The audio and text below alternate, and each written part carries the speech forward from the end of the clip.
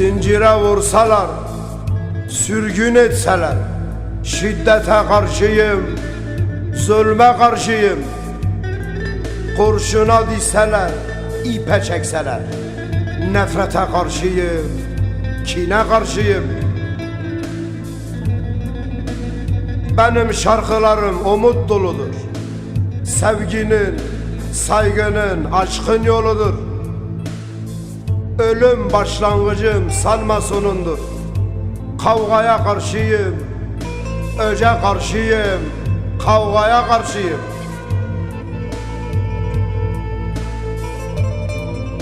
Bugün yazdıklarım yarın içindir. Savaştan söz eden dile karşıyım. Bütün çabalarım barış içindir. Silaha sarılan ele karşıyım. Nefrete karşıyım, kine karşıyım, şiddete karşıyım, zulme karşıyım, nefrete karşıyım, öce karşıyım, kavgaya karşıyım.